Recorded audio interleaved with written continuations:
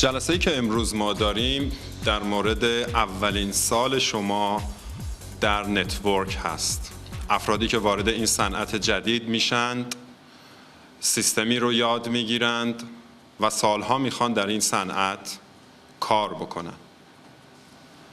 اما مهمترین سال در طی این سالها اولین سال شما در این بیزینس هست. جلسه‌ای که ما امروز داریم در اصل یک ترینینگ و آموزشی هست از کتاب اولین سال شما در بازاریابی شبکه‌ای نوشته مارک یارنل. افراد بسیار زیادی وارد این صنعت شدن تا به امروز و راه‌های زیادی رو رفتن. همه این افراد به نوعی از یک تجارت قدیمی وارد نوعی از تجارت جدید شدن. از یک کسب و کار سنتی وارد یک کسب و کاری شدن که تا قبل از اون هیچ اطلاعی راجع به اون نداشتند. با ذهنیت‌ها و دیدگاه‌هایی از یک تجارت قدیمی و تجارتی که رواج داشته وارد صنعتی شدند که بسیار و بسیار متفاوت با اون چیزی هست که تا به امروز انجام دادند. ما امروز می‌خوایم در مورد افرادی که وارد این صنعت میشن و اولین سالشون که مهمترین سالشون هست صحبت کنیم. مهمترین سالی که پر از اشتباهات و پر از تجربه ها هست. اولین سالی که خیلی ها ممکنه این کار رو ترک کنن. اولین سالی که خیلی ها ممکنه با مشکلات بسیار زیادی روبرو باشند و سوال های خیلی زیادی داشته باشند. مشکلات زیادی داشته باشند. این کتاب برگرفته از 9 فصل هستش که ما امروز به اختصار در مورد اون صحبت میکنیم و یک به یک تجربه‌ای که تمامی بزرگان این صنعت داشتند رو برای شما بازگو میکنیم، شاید که در اصل یکی از مشکلات شما باشه. در این صنعت گفته شده که سال اول برای اون افرادی که وارد میشن در اصل یه جور جنگ تن به تنه. همیشه اینو به ذهن بسپارید. شما وارد کاری شدید، وارد بیزینسی که شدید که سال اول تشبیه میشه به یک جنگ تن به تن، چون شما باید با افراد بسیار زیادی صحبت کنید، پرزنت های بسیار زیادی دارید، فالو های بسیار زیادی و در طول سال اول این شما هستید که روبروی افراد قرار میگیرید. در سال دوم و سوم لیدرها و زیرگروه های شما هستند که با افراد جدید صحبت میکنن و شما صرفاً وظیفه رهبری اونها رو و همانندسازی اونها رو بر عهده دارید. اما در این جنگ تن به تن چه اتفاقاتی میفته؟ تنها چیزی که میتونم بگم و به ذهن بسپارید، یادداشت کنید و به دیگران هم بگید اینه که تنها رمز برنده شدن در این بازی فقط و فقط دوام آوردن است. 1 سال دوام بیارید. بعد از 2 ماه، 3 ماه یا 6 ماه کار رو ترک نکنید.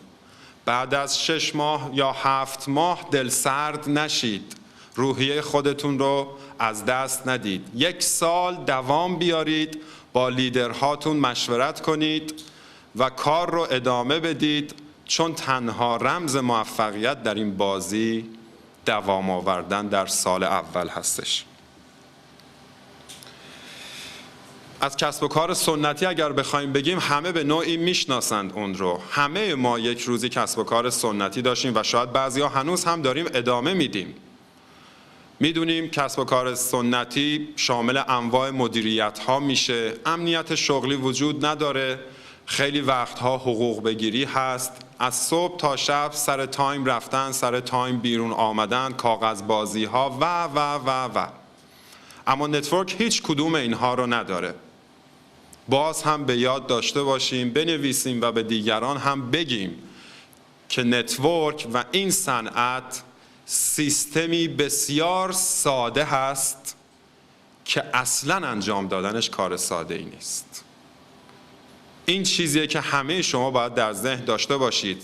نتورک راه سریع پولدار شدن نیست.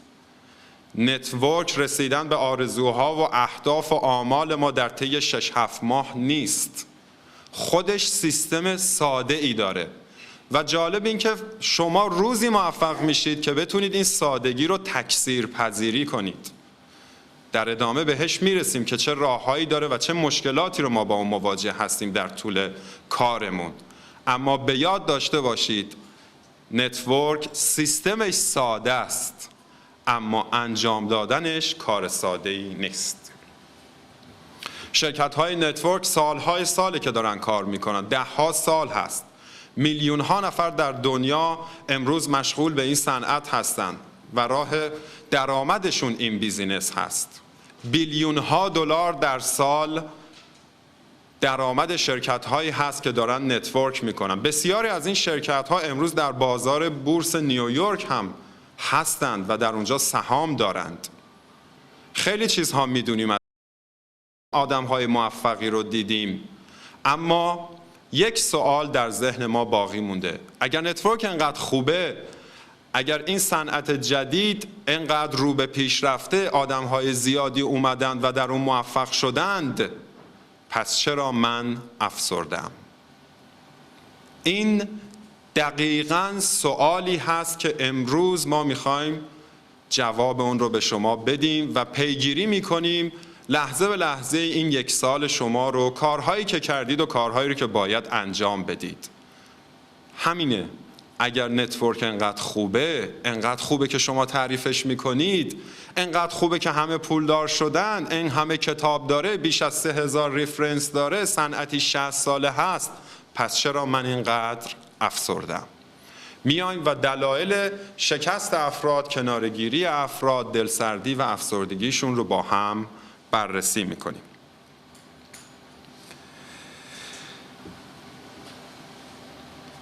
اولین موردی رو که میخوایم در موردش صحبت کنیم، بی‌اعتنایی به موشک جواب رد هست. گفتم یه جنگ تن به تنه، یه بازی جنگی هستش. مثالهایی رو که داریم و مشکلاتی رو هم که داریم رو به نوعی با ابزار جنگی ما تشبیه کردیم. اولین مورد بی‌اعتنایی به موشک جواب رد، یا همون جواب نهی که ما بارها و بارها تا به امروز شنیدیم. چند بار تا حالا پرزنت کردیم؟ بارها و بارها. چند بار تا حالا فالو رفتیم؟ چقدر وقت گذاشتیم؟ چقدر زحمت کشیدیم؟ چند نفر از اونها جواب نه گفتن و چند نفر آره. ولی خیلی از افراد هستند که وقتی این کار رو شروع میکنند با چند جواب نه کنار میکشند. کمتر از 10 تا، گاهی اوقات 20-30 مورد، نمیدونم، هر چند تایی که میخواد باشه. ما امروز نمیخوایم بگیم که جواب نه رو نشنیدید یا شنیدید به قول معروف خب نه دل سرد نشید. نه، ما اومدیم بگیم شما چرا جواب نشنیدید.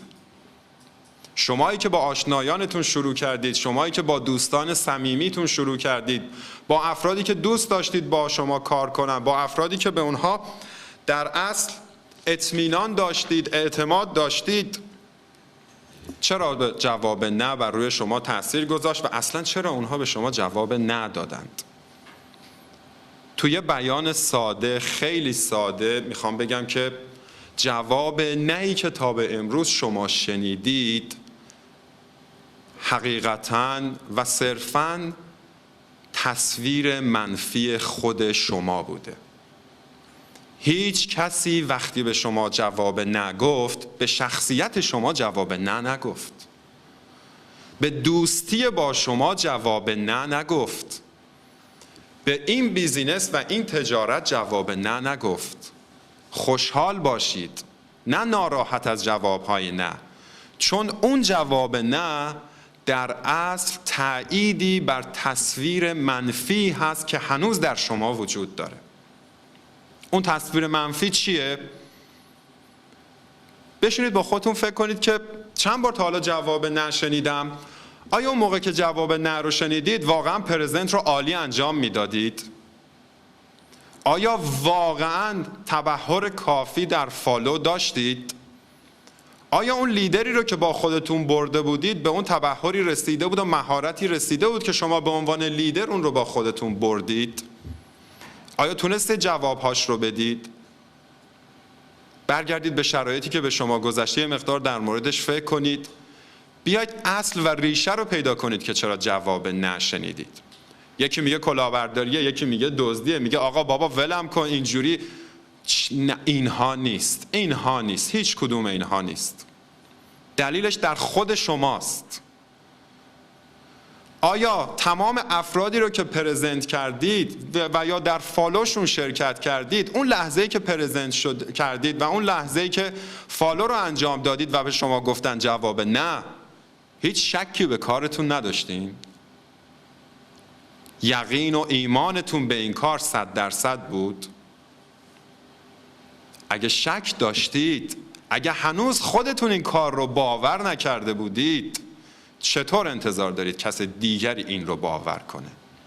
چیزی رو که هنوز خودتون قلباً بهش ایمان نداشتید و تسلط نداشتید و مهارت نداشتید. 90 و چند درصد از جوابهای نه شما همینجاست. یادتون باشه در تجارتی که ما انجام میدیم، در کاری که ما داریم میکنیم، ما شکارچیان سر افراد نیستیم، ما شکارچیان تفکرات اونها نیستیم. نتورک پایه‌ای که داره بر اساس شکار قلب انسان هاست. برخلاف همه چیزهایی که تا به امروز شنیدید، خوندید و دیدید، درآمدهای آنچنانی، ضرب و تقسیم‌ها، اعداد شگفت‌انگیز، درآمدهای میلیون دلاری، بیلیون دلاری، هیچ کدوم از ضرب و تقسیم اعداد به دست نیومدند. نتورک سیستمی داره که غیر قابل باوره. میرسیم در بحث بهش. غیر قابل باوره برای کسی که بتونه راه 40 سال کار کردن در تجارت سنتی رو در طی 4 سال بره. 1 صفرش زیاده و این غیر قابل باور به نظر میرسه. ما شکارچیان سرها نیستیم، ما شکارچیان قلب‌ها هستیم. قلب‌ها معنی احساس رو میده و احساس در اصل همون ایمان و باوریه که شما نسبت به کارتون در ابتدا باید پیدا کنید و بعد بتونید اون رو انتقال بدید. این همه از تکثیر پذیری صحبت کردیم، این همه از دوپلیکیشن صحبت کردیم، ساختن لیدرهایی مثل خودتون. حواستون باشه اولین چیزی که به زیر مجموعه ها باید داد، به دانلاین هایی که دارید، ایمان و باوریه که شما به این کار دارید. هر وقت به خودتون شک نکردید، هیچ کسی که روبروی شما نشسته و داره پرزنت میشه یا فالو میشه نسبت به شما و کار شما شک نخواهد کرد. جوابهای نهی که شنیدید به عوامل بسیار زیاد دیگه‌ای هم بستگی داره که شما اون جواب نه رو شنیدید. زمان و مکان. زمان مناسبی بوده که شما رفتید و این بیزینس رو ارائه کردید، چه برای خودتون چه برای اون فردی که روبروی شما بوده. آیا اون زمان برای اون فرد بهترین ساعت بود؟ من خودم سراغ دارم کسانی رو که 2:30 صبح پرزنت کردند. 2:30 صبح بعد از یه روز کاری، بعد از اون همه دردسرهایی که یک فرد داشته، خستگیهاش، مسلما جواب نه خواهد بود و نه هم بود. زمانی که فرد دچار استرس، زمانی که فرد ناراحتی‌های خانوادگی داره، هر چیزی که ممکنه، هم برای خودتون هم برای اون. ممکنه یه نفر خیلی فرش جلوی شما نشسته باشه، خیلی آماده باشه، این شما باشه که زمان مناسبی برای شما نیست که پرزنت یا فالو کنید. آیا مکانی رو که انتخاب کردید برای کارتون مکان مناسبی بود؟ بارها گفتیم به منزل‌های دوستان یا شرکت‌های اونا، دفاتر کار اونها نرید. سعی کنید اونها رو بیارید در منازل خودتون یا در دفاتر کار خودتون. اگر امکانشون براتون وجود نداره، کافی شاپ ها یا رستوران ها رو انتخاب کنید. آیا کافی شاپ یا رستورانی که انتخاب کردید واقعا مکان مناسبی بود؟ صدای موزیکش خیلی زیاد نبود؟ آدم هایی که می اومدن و رد می شدن از پشت سر شما توجه افراد رو جلب نمی کرد؟ بارها و بارها اتفاق افتاده توی یک کافی شاپی دارن یک کسی رو پرزنت میکنن، فالو میکنن، بدون اینکه شخص در نظر بگیره پشت سرش چه اتفاقی داره میفته. تعداد افراد بسیار زیادی که میان رد میشن جلب توجه میکنن، فرد اصلا به شما گوش نمیده. یکی از مهمترین مواردی که هست، سوای مسائل پرسونال خودتون، انتخاب صحیح زمانی و مکانی برای پرزنت کردن هست و برای فالو، برای دعوت کردن افراد به این بیزینس. ما بدترین جوابهای نهی که تا به حال شنیدیم شاید از دوستان صمیمی، از همسران، والدین، بچه‌ها، چون همه میریم سراغ این افراد اول و جواب نگفتن اونها برای ما خیلی سنگین تموم شده تا به حال. خیلی بیشتر عذابمون داده، خیلی مسخرمون کردن. تا دیروز یه دکتر، یه مهندس، یه مدیر، هر چیزی که بودیم، حالا امروز میان ما رو مسخره میکنند که داری مثلا این کرم رو میفروشی، داری این وسیله برقی رو میفروشی، کارت به اینجا رسیده. جواب قاطع همیشه وجود نداشته، خیلی وقتا به تمسخر بوده، مسخره کردن بوده. آقای مهندس رو نگاه کن، چند تا شامپو گذاشته توی کیفش، شروع کرده تو خیابونا دنبال آدما داره میگرده. خیلی اذیتتون کرد میدونم، ولی کاری نداشت. حقوق همه افراد در شرکت ها مشخصه، همه میدونیم پایه حقوقی افراد چقدر هست.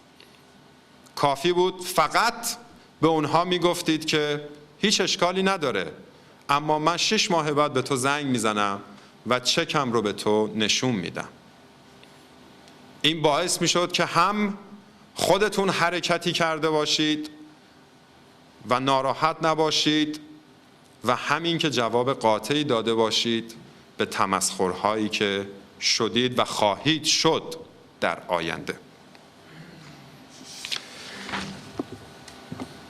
ما کار رو با دوستانمون شروع میکنیم، با صمیمیترین دوستانمون و با کلی اشتیاق و شور و هیجان میریم سراغشون. یک چیز رو فراموش نکنید، همون دوستان عزیز شما، همون بهترین دوستان شما میتونن بزرگترین دزدان رؤیاها و اهداف شما در این تجارت باشند. شما میرید سراغ افرادی که در چرخه تأثیرپذیری شما هستند، مسلماً اونها هم بر روی شما تأثیر میگذارند. غیر از اینه هر دو بر هم مؤثر هستید. حواستون باشه.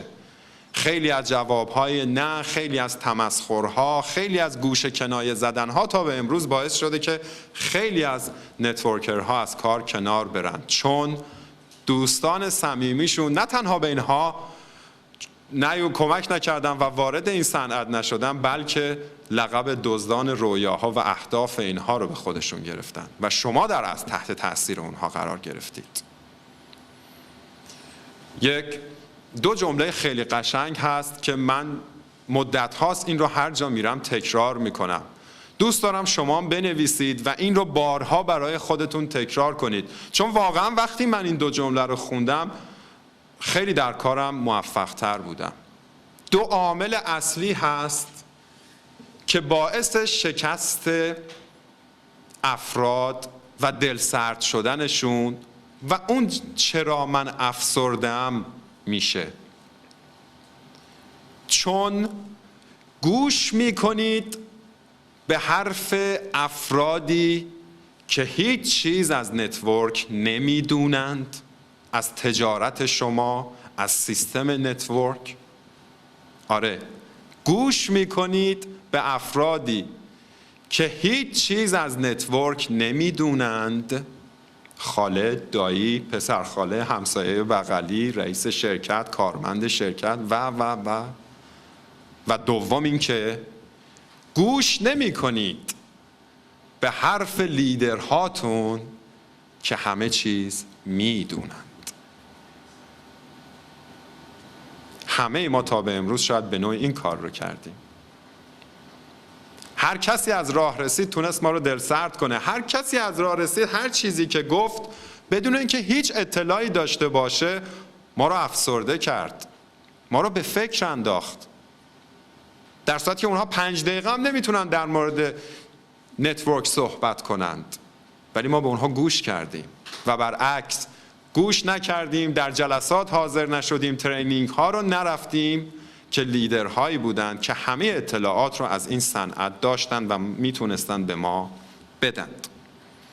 حواسمون باشه مشکلی که ما داریم در سال اول به خاطر جواب نه یا همین موشک جواب رد در اصل در افراد نیست، دقیقاً بین دو گوش ما قرار گرفته و اون دیدگاهیه که ما نسبت به این صنعت و نسبت به کار خودمون، اهدافمون و آیندهمون داریم.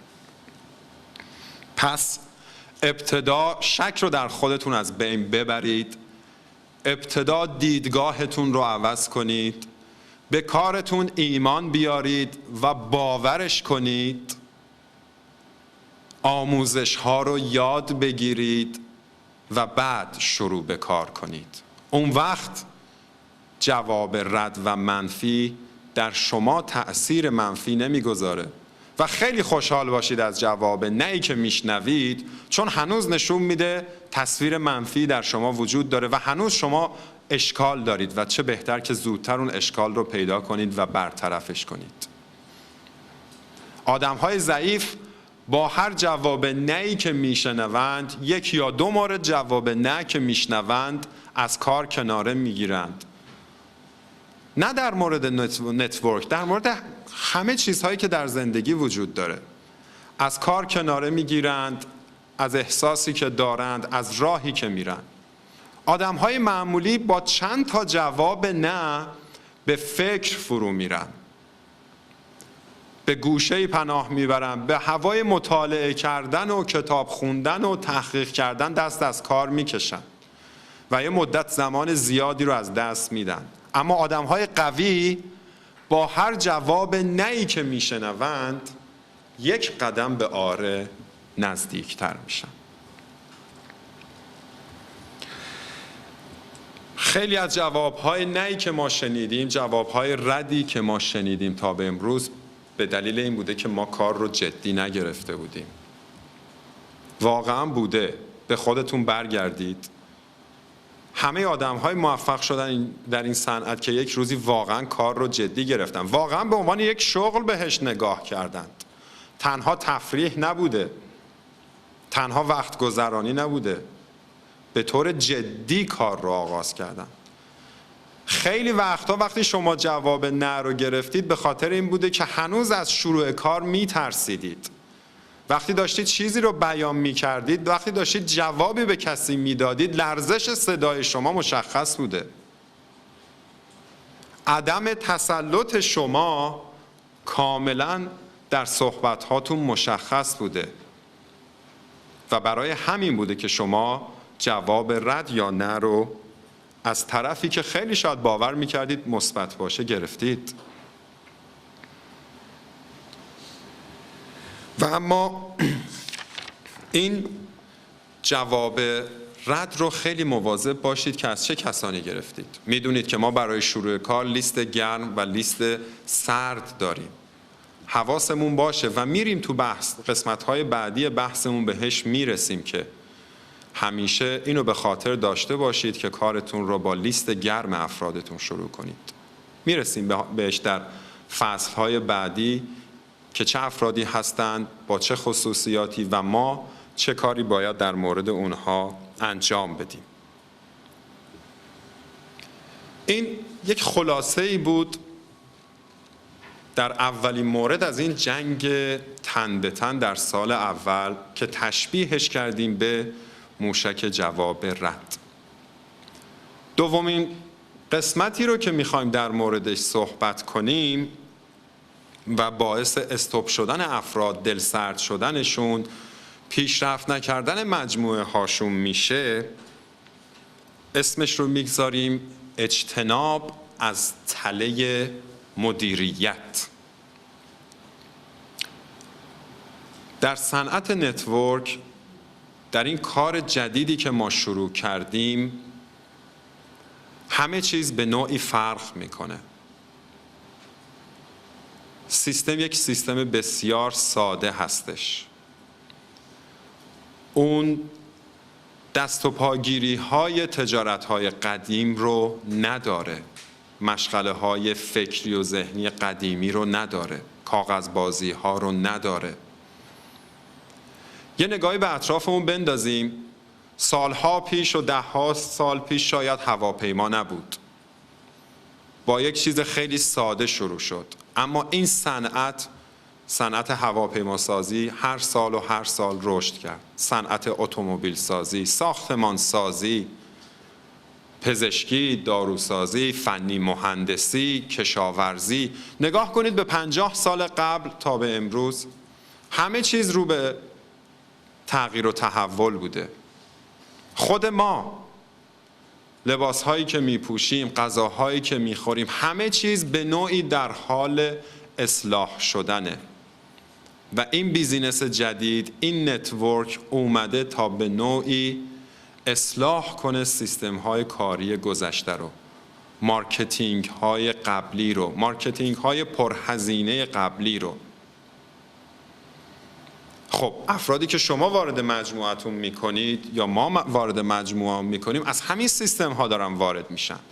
همه اونها مثلا از صبح تا بعد از ظهر در یک سیستم قدیمی فعالن. بعد از ظهر اونها رو باید بیارید و بگید به صورت پارت تایم بیایم این کار رو با هم شروع کنیم. حالا هر چیزی که از صبح تا ظهر داشتی بذار کاملا کنار، چون اینجا قضیهش به طور کامل فرق میکنه. در نتورک ما مدیریت نداریم. بنویسیم، به یاد داشته باشیم. مدیریت کردن در نتورک مارکتینگ راهی نداره، جایی نداره. ما در نتورک به یک مدیر نیازی نداریم، به یک رهبر نیاز داریم. در این بیزینس جدید مدیریت منتفی است 100%. و چیزی که مورد توجه قرار میگیره و شما باید اون رو انجام بدید رهبریته. فرق این دوتا با هم چیه؟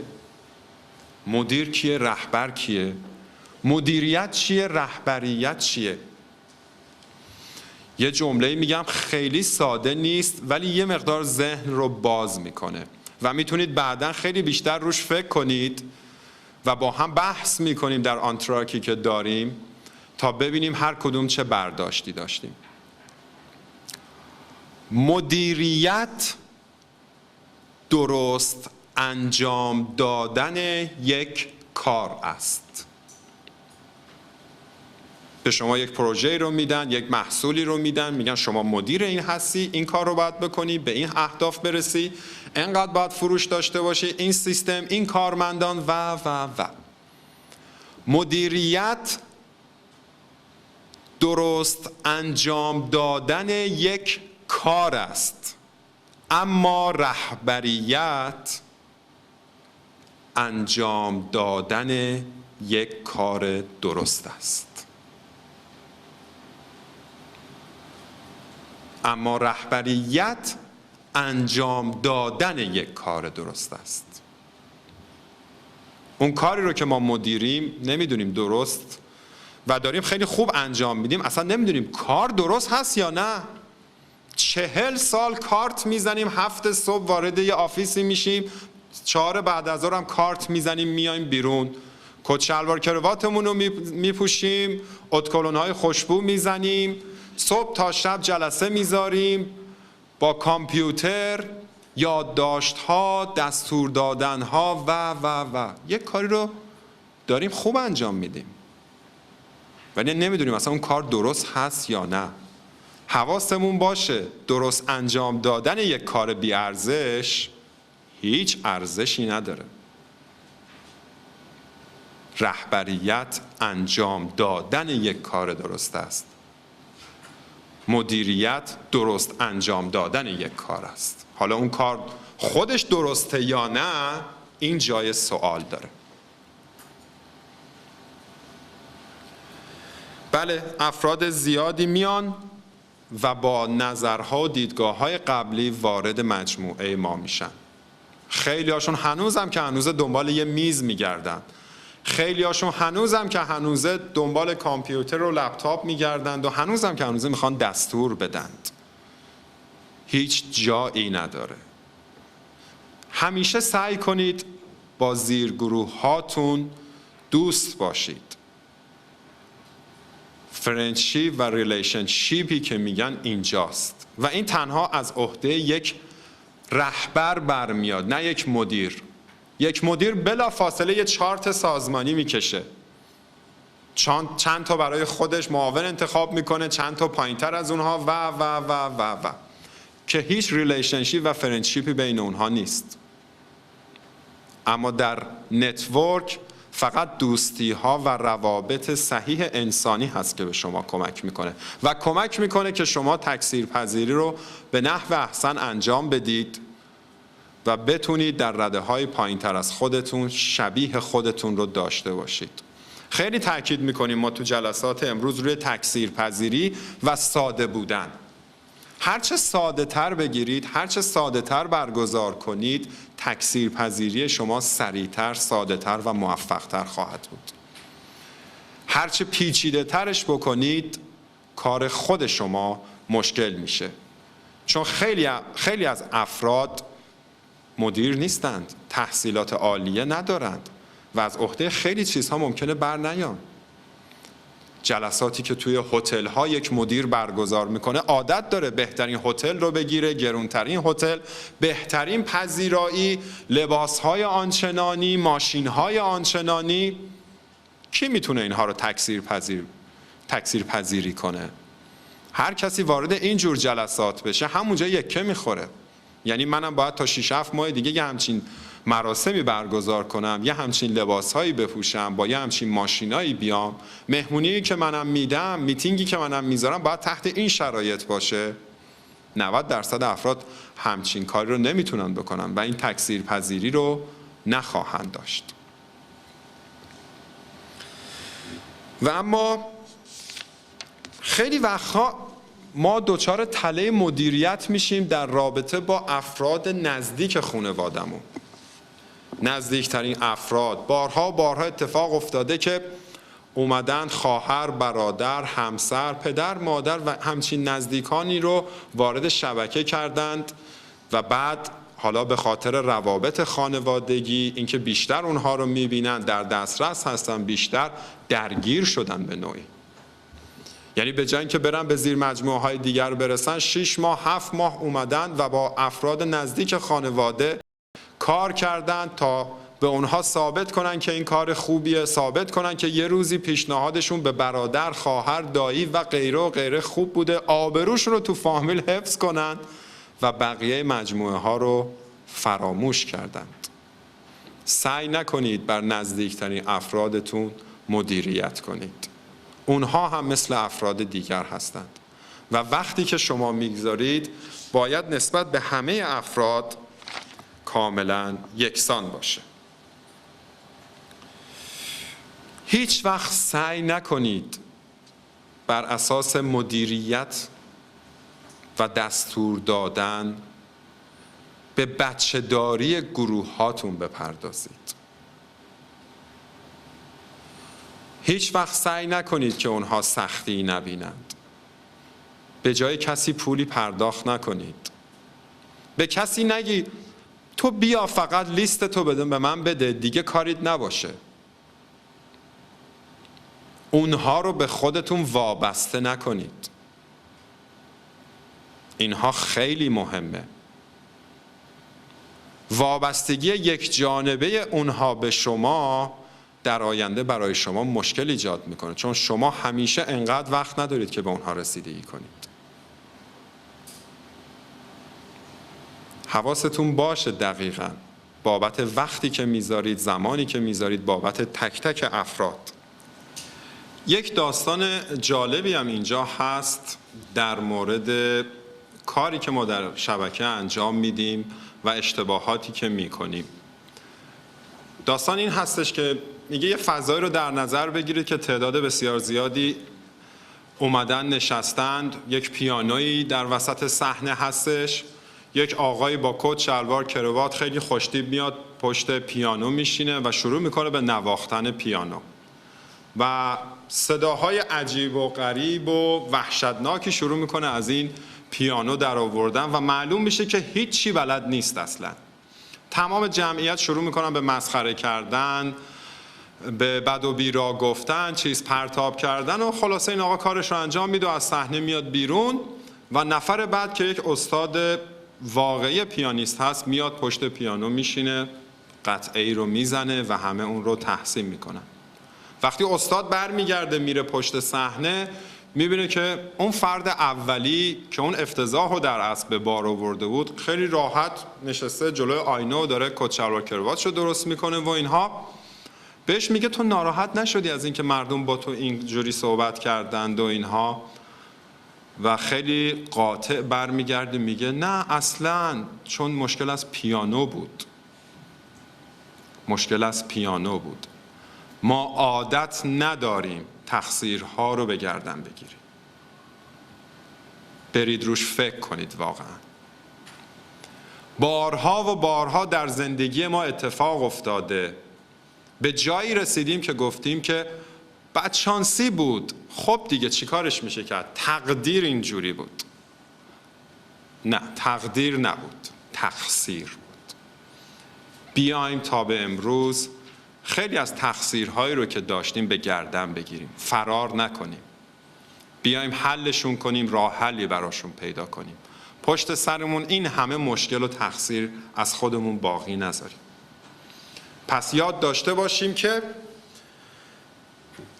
تله مدیریت یکی از بزرگترین اشکال‌ها در سیستم نتورک هست، چون افراد زیر دست رو به شما وابسته میکنه، چون زمان بسیار زیادی رو از شما میگیره و شما غافل میشید از آوردن افراد جدید به سیستمی که دارید و بدتر از همه شما این اشکال بزرگ رو تکثیر میکنید و اونها هم همین کار شما رو دوباره ادامه میدن.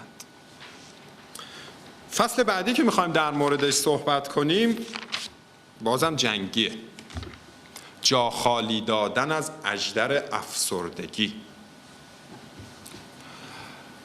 اولی موشک جواب رد بود، بی‌اعتنایی به اون. دومی اجتناب از تله مدیریت و سومی جا خالی دادن از اژدر افسردگی. دلایل افسردگی ما میتونه چی باشه در این صنعت؟ بارها و بارها اتفاق افتاده دوستی رو دعوت کردیم و رفتیم یه جایی نشستیم، لیدرمون هم گفتیم اومده، هی به ساعت نگاه کردیم، هی به ساعت نگاه کردیم، بعدم تلفنش رو با ترس و لرز گرفتیم و دیدیم که خاموشه، نیومده. بارها و بارها این اتفاق ممکنه که افتاده باشه، دوستی جواب رد داده باشه و نیومده باشه سر جلسه‌ای که ما اون رو دعوت کردیم، یا اینکه از ابتدا اصلا دعوت ما رو چیکار کردن؟ نپذیرفتن. وقتی که افرادی کناره‌گیری میکنن از این کار، یک مجموعه‌ای داریم، دوستانی داریم با هم کار میکنیم، یک نفر دو نفر در اثر اشکالایی که هست، تقصیرهایی که هست از کار کنار میکشن، ما هم افسرده میشیم.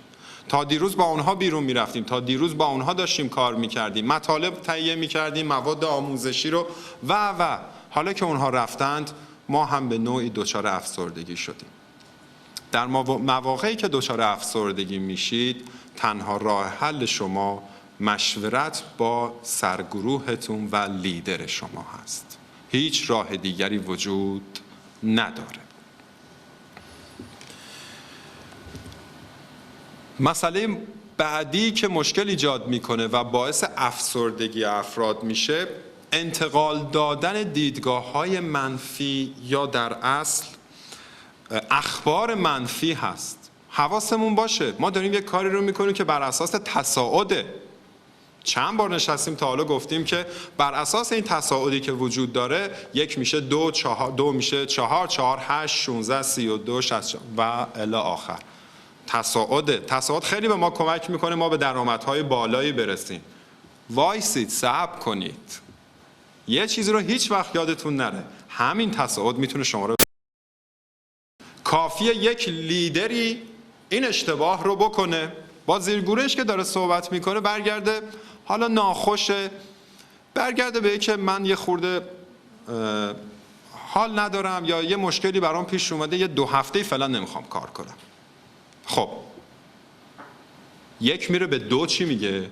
میگه فلانی گفتش که حال نداره، یه مشکلی براش پیش اومده، یه چند وقتی نمیخواد کار کنه. 2 به 4 میگه که تلفنش هم جواب نمیده، چند وقت هم نمیخواد کار کنه. چند رده پایینتر در کمتر از 24 ساعت میگن بالایی فرار کرد رفت. تصاعد دیگه. خواهش میکنم این رو به خاطر بسپرید که هیچ وقت دیدگاه منفی رو و اخباری دروغین رو به زیر مجموعه ها انتقال ندید، چون به سرعت تصاعدی که شما رو ممکنه پولدار کنه و به درآمدهای آنچنانی برسونه شما رو به زمین خواهد زد. مطلب دیگه‌ای که ما میتونیم اینجا بهش اشاره کنیم اینه که دیدگاه‌های خودتون رو کنترل کنید. تفکراتی که دارید، ذهنیتی رو که دارید کنترل کنید. همه چیز رو قرار نیست فوری به زیر گروه ها انتقال داد. گاهی وقتا براشون زوده. گاهی وقتا اشتباه برداشت میشه.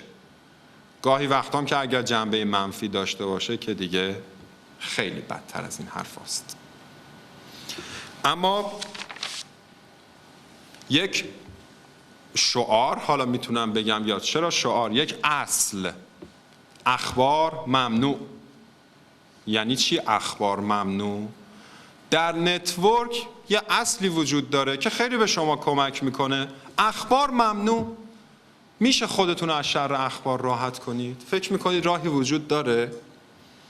تا حالا این همه اخبار شنیدید، چه کمکی به شما کرده؟ این همه خبرها، روزنامه ها، تلویزیون ها، ماهواره ها، مجلات و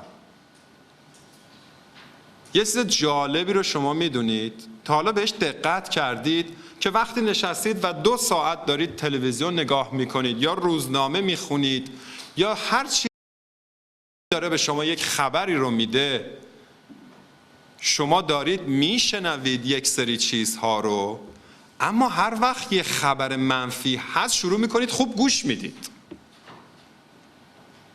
اگه خبر کشتار و زلزله و غیره باشه، حالا اون اخبارگو 2 ساعته داره خبر میخونه ها. شما هم به اون نگاه میکنید هم فکرتون جای دیگه است. ذهن آماده است همیشه برای اخبار منفی و عجیب اخبار منفی رو میگیره. اخبار ممنوع. امتحان کنید، بد نیست. این همه سال خودتون رو درگیر اخبار کردید، یه 6 ماه به خودتون وقت بدید یه خورده خبرها رو کمتر کنید، چون همیشه مردم بیشتر تحت تاثیر اخبار منفی هستن تا اخبار مثبت. باید برای خودتون محیطی نشاط آور درست کنید بابت جا خالی برای جلوگیری و جا خالی دادن از این اژدر افسردگی. محیطی سرشار از نشاط، محیطی مثبت. نمیدونم، حتی نواری که توی ماشین گوش میکنید، حتی CD که در ماشینتون یا در منزل هست، CD های آروم و غمگین رو بردارید بذارید کنار. یه خورده از آهنگ هایی که هیجان بیشتری دارن استفاده کنید. یه خورده از CD های آموزشیتون استفاده کنید. CD های آموزشی هم خیلی جالبن. چیزهایی که باعث افسردگی میشه در اطراف شما هست رو بذارید کنار. بیشتر قدم بذارید به سمت افرادی برید که جنبه مثبتی برای شما دارند. بیشتر با اونا کیف میکنید، بیشتر با اونا میخندید، بیشتر با اونا لذت شادی میبرید. از کلمات و جملات تأکیدی استفاده کنید. چه اشکالی داره؟ چه اشکالی داره به جای این همه گوش کردن به اخبار منفی و خبرهای بد و دقیق شدن رو اینکه این اینجوری شده، پس اون رفت، پس این خورد زمین، پس اون. چه اشکالی داره بیاید و بگید که من آدم قدرتمندی هستم و تصمیم گرفتم که این کار رو انجام بدم؟ چه اشکالی داره هر روز با خودتون تکرار کنید که من از کاری که دارم میکنم خوشحالم و میدونم یه روز پیروز میشم؟ چه اشکالی داره هر روز رو با این جمله شروع کنید و هر شب رو با این جمله بخوابید؟ هیچ اشکالی نداره. انجامش بدید. انجامش بدید و مطمئن باشید که تأثیر بسیار زیادی خواهد داشت. چه اشکالی داره که بگید من از کار با مردم احساس خیلی خوبی دارم، من از اینکه میتونم گوش کنم به حرفهای مردم و میبینم اونها برای من ارزش قائلن و ساعتها وقت میذارم و به حرفهای من گوش میکنن، خیلی خوشحالم. برای خودم خیلی ارزش قائل هستم. بیایم دیدگاه هامون رو عوض کنیم. اخبار ممنوع، خبرهای بد ممنوع. نه بشنویم و نه به کسی انتقالش بدیم. بیایم یک مقدار توی زندگیمون، کارمون، دوستانمون، نظراتمون و هر چیزی که هست مواردی رو اضافه کنیم، مواردی رو بیاریم که جنبه مثبت داره، جنبه هیجان انگیز داره، نشاط داره. بیایم با اتفاقات ناخوش گذشته زندگی نکنیم. بیایم واقعا این کار رو بکنیم. تا کی بشینیم و غم گذشته رو بخوریم؟ تا کی باید بنشینیم و بگیم وای در گذشته این اتفاق افتاد و هنوز رو ما تأثیر بذاره؟ مایی که در زمان حال داریم زندگی میکنیم، مایی که در هدیه اکنون هستیم. میگن تجربه هایی که ما توی زندگی داریم بیشتر از اون اتفاقی که برای ما افتاده، چیزی که اهمیت داره نوع برخورد ما با اون تجربه بوده. تمام مشکلاتی که توی زندگی برای ما ایجاد میشه 10% خود اون مشکله، 90% برخورد ما با اون مشکل هستش. وگرنه برخلاف اون چیزی که فکر میکنید که وای من یه مشکل خیلی بزرگ دارم و هیچ راه حلی نداره، برای هر مشکلی در زندگی میلیون ها راه حل وجود داره. چرا حل نمیشه؟ مسئله مشکل نیست، چون اون فقط 10%.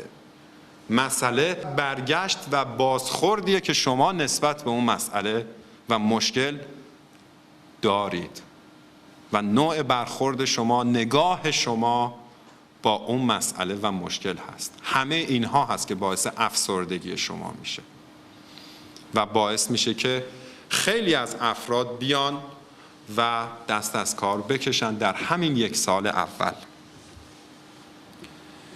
تعیین اهداف شما از درون شما آغاز میشه. بیایید از درون به بیرون محیطی مثبت و زیبا و هیجان انگیز برای خودتون درست کنید. همه چیز به درون شما بستگی داره. همه اتفاقاتی که در این صنعت میفته، در کار شما میفته، فقط و فقط ریشه در درون شما داره. باید ریشه یابی کنید و باید اون رو بتونید حل کنید، نه اینکه ازش بگذرید، نه اینکه دورش بزنید، نه اینکه از روش بپرید. باید بتونید حلش کنید، بشناسیدش، لمسش کنید، به زوایاش نگاه کنید و اون رو حل کنید برای خودتون، تا پشت سرتون چیزی رو باقی نگذاشته بودید. چیزایی که پشت سر ما هستن یک روزی برمیگردن دوباره به سراغ ما و اگر ماه‌ها یا سال‌ها بعد به همون بر بخورید، اگه حلش نکرده باشید، باز شما مشکل دارید. تنها توصیه‌ای که میشه کرد اینه که جمله جالبیه، میگه تو سال اول هر کاری دلت میخواد بکن، فقط کار رو ترک نکن. واقعا همینطوره.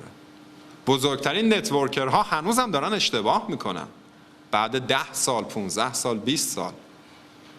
بزرگترین نتورکرها هم سال اول بیش از ما اشتباه داشتن. ما کلی منابع داریم که الان دارن به ما میگن و ما یه جوری ممکنه بتونیم جلو اشتباهاتمون رو بگیریم، ولی اونها که اینا رو نداشتند. پس از اشتباهات نترسید، از مشکلاتی که وجود داره دلهره نداشته باشید. هر کاری میخواهید بکنید. شما لیدرهایی دارید که بالا سر شما هستند و میتونید با آنها مشورت کنید و مشکلاتتون رو حل کنید. هر کاری دلتون میخواد بکنید، فقط کار رو ترک نکنید.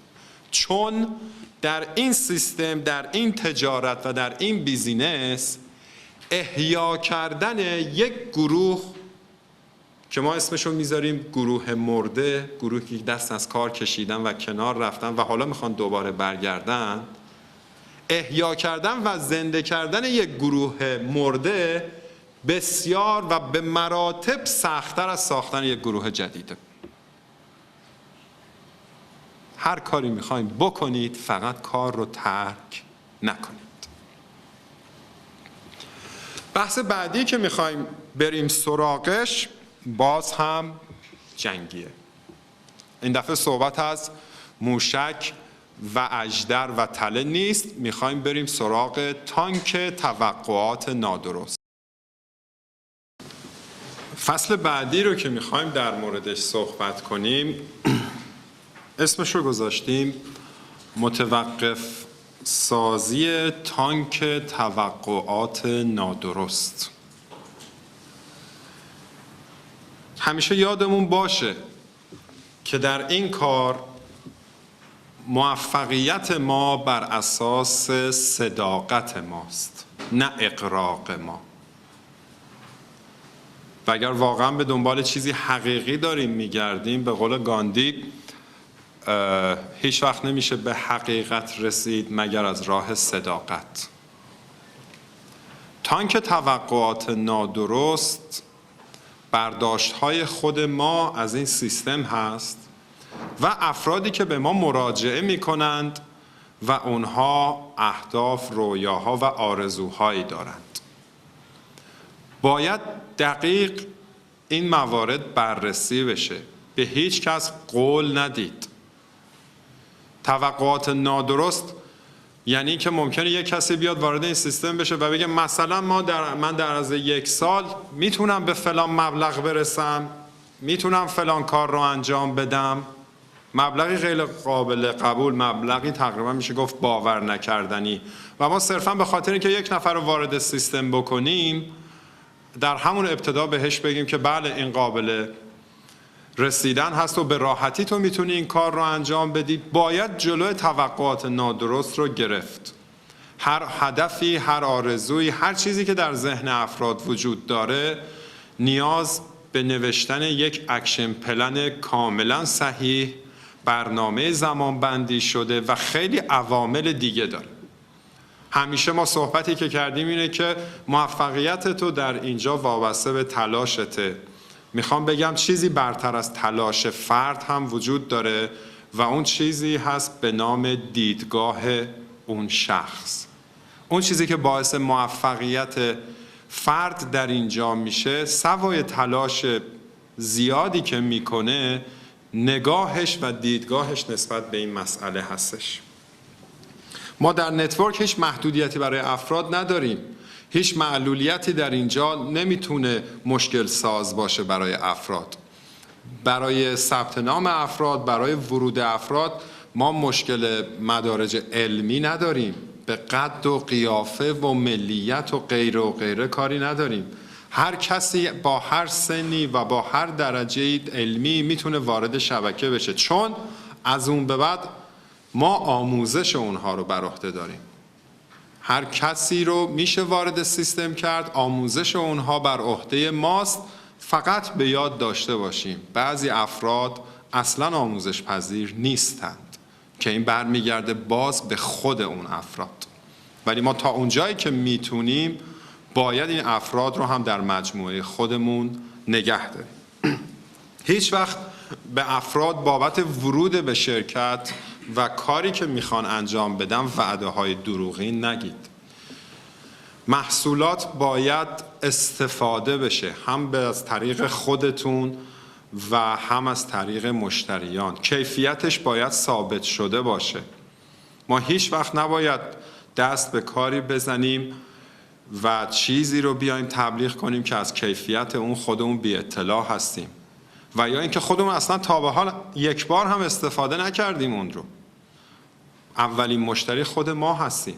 اگر ما استفاده کنیم اونها استفاده میکنند، وگرنه باز یک روش غلطی تکثیر پیدا میکنه.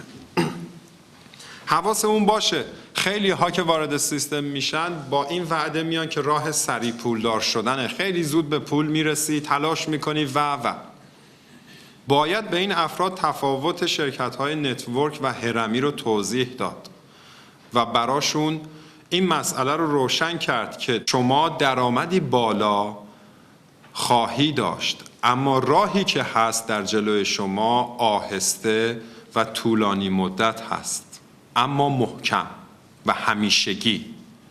برخلاف شرکت‌های هرمی که ممکنه در مدت زمان کوتاهی صرفاً بعضی از افراد به درآمدهای بالایی برسند و بقیه از اون محروم میمونن.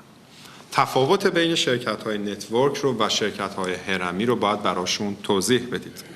موفقیت‌های ما در نتورک درآمدی هست که ما به دست میاریم، همون مسئله رشد شخصی یا پرسونال دیولپمنتی هست که ما به دست میاریم، دوستان بسیار زیاد که در این مجموعه ما پیدا میکنیم و اینکه یه روزی با یه لیدری صحبت میکنیم و خیلی از مشکلاتمون رو میتونیم باهاش حل کنیم و فردا یاد میگیریم که برای افرادی که وارد شبکه ما میشن هم مشکلات اونها رو بتونیم حل کنیم.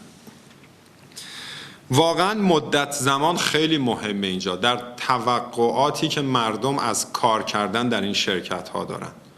در طی 2 ماه، 6 ماه، 1 سال به خیلی از توقعات نمیشه رسید. اگر بیاریم اون رو زمان بندی کنیم میبینیم که این به جای 24 ساعت